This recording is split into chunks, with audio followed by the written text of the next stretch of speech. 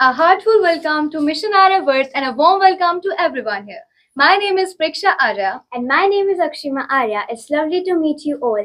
We are excited to know more about you and how your skills align with our team. I was really looking forward to our conversation. Your contribution, your experiences in social life and especially in Arya Samaj already caught your attention, and now I want your views to be shared with the viewers.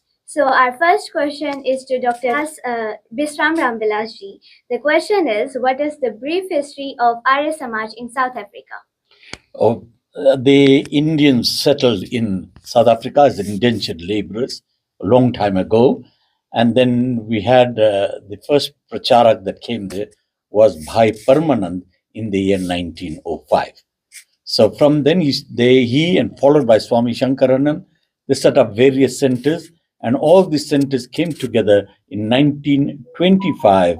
They created the Arya Pratinidhi Sabha, and the Arya Pratinidhi Sabha, then it was under the umbrella that all the affiliates worked, and today we celebrate the 100th anniversary Shatabdi of the Arya Samaj in South Africa.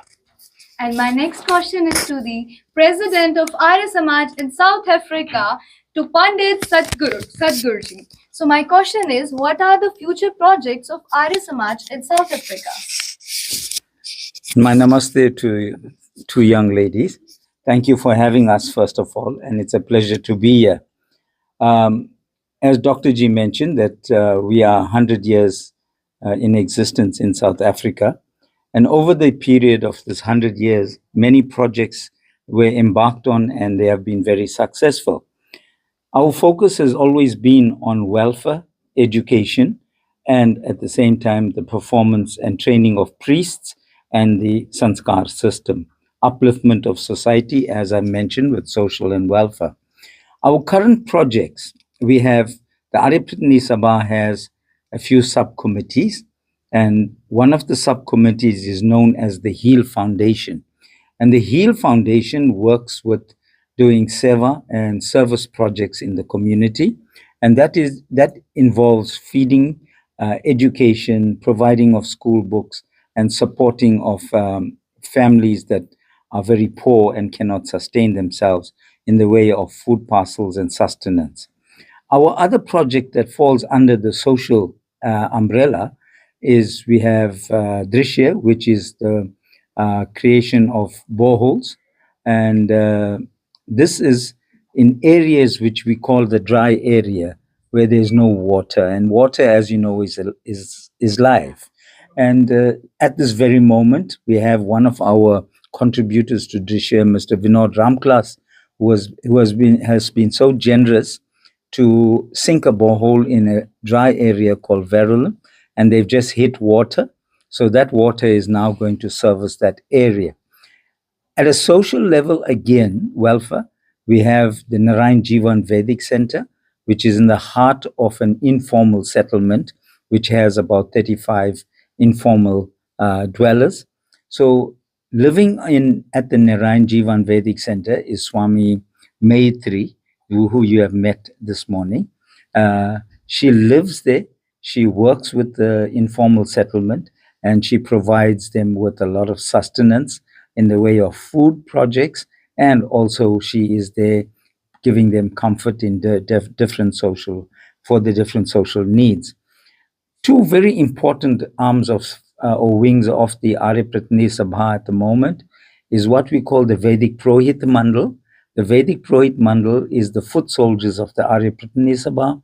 We have well over 30, 40 or 50 functional priests that are spread all over the country, South Africa, from Gauteng, KwaZulu-Natal, the different provinces.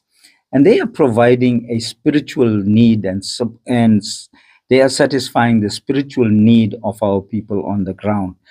Must say that they are doing a splendid piece of work, and the work that they do is all aligned to the teachings of Swami Dayanand Saraswati and the Vedic way of life. We do the Namkaran Sanskar, the Garbhadana, and we do Antyesti, the funerals. So everything that one would expect from an Arya Samaj center is being done. And the final one, as I said, is the Vedic Purohit Mandal. Then, as part of that, is this Priest Training Academy, the School of Vedic Studies.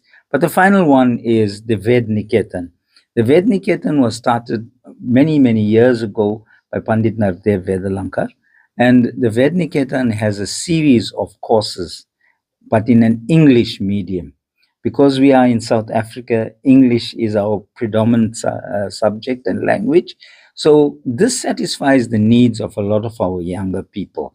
So the last thing that I want to mention is we've just launched what we call the Yajak program, how to teach people to do the simple Havan.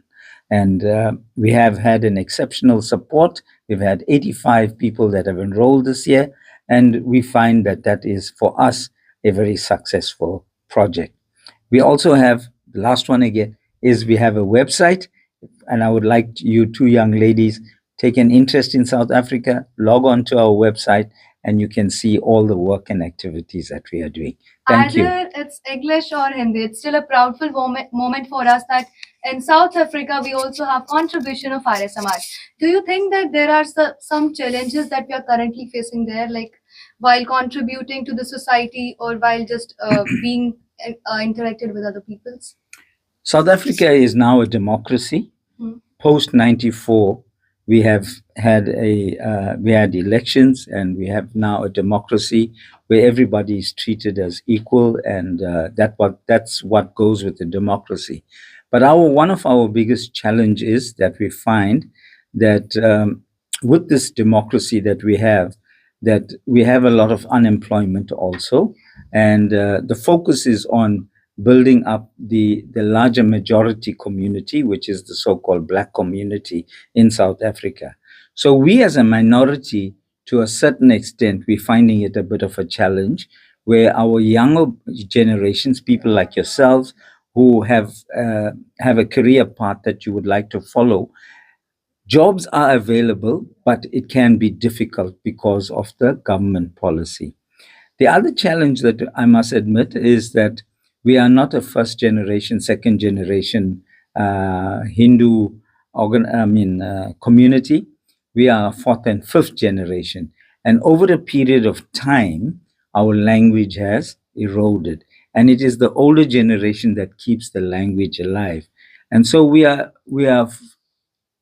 ever grateful to people like Dr. Rambilas and the Hindi Shiksha Sangh to make sure that the Sanskrit and the Hindi language is continued and is surviving. Yeah. Thank you. So our next question is to the spiritual leader of South Africa, His Holiness Swami Vedanandji. The question is, what is the contribution of Arya Samaj in the greater society of South Africa? Beautiful question. Thank you so much. Well, firstly, we can proudly say that the Arya Samaj movement was one of the first official and structured Hindu institutions in the country, right? And was instrumental in not only promoting the Arya Samaj philosophy, but also uniting Hindus in the country. Swami Shankarananji, who was the second Arya scholar to come to the country and who actually officially founded Arya Samaj centers, founded the South African Hindu Mahasabha, which is an institution today, which is the Hindu voice in the country and is the mother body to Hindu organizations in South Africa. And as well as the Arya Samaj is a pioneer of the Hindi Shiksha Sangh, which was co-founded with the Sanatana Dharma Sabha of South Africa. On the interfaith platform, the Arya Samaj contributes significantly to ensuring public peace, respect and dignity amongst all South Africans, focusing towards social cohesion. You know, in the country, South Africa is a beautiful cultural pot of many races, many languages and many cultures. And the Arya Samaj actively contributes towards the cohesion of all these cultures and languages and races for better peace and harmony in the country. So the Arya Samaj is not isolated in any way. As much as we have so much of rich spiritual knowledge in which we teach our youngsters and all those who are interested in learning more about Vedas. But as Maharishi Dayananda was also a social activist and a social leader, the Arya Samaj in South Africa continues to contribute towards the social welfare of the South African community, serving an example to the global world as well. So my question is to Bisram Rambilashi.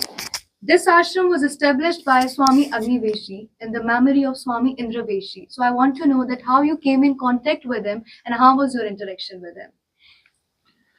Swami Agnivesh, I was a student in India when he went, he wanted to have a debate with the Shankaracharya. I was in Meerut at the time, and he wanted to debate with the Shankaracharya because Shankaracharya said that the Shudras are not allowed to read the Vedas. So at that time, there was a huge crowd that assembled, and they approached, the ashram of the Shankaracharya, and the police had to stop.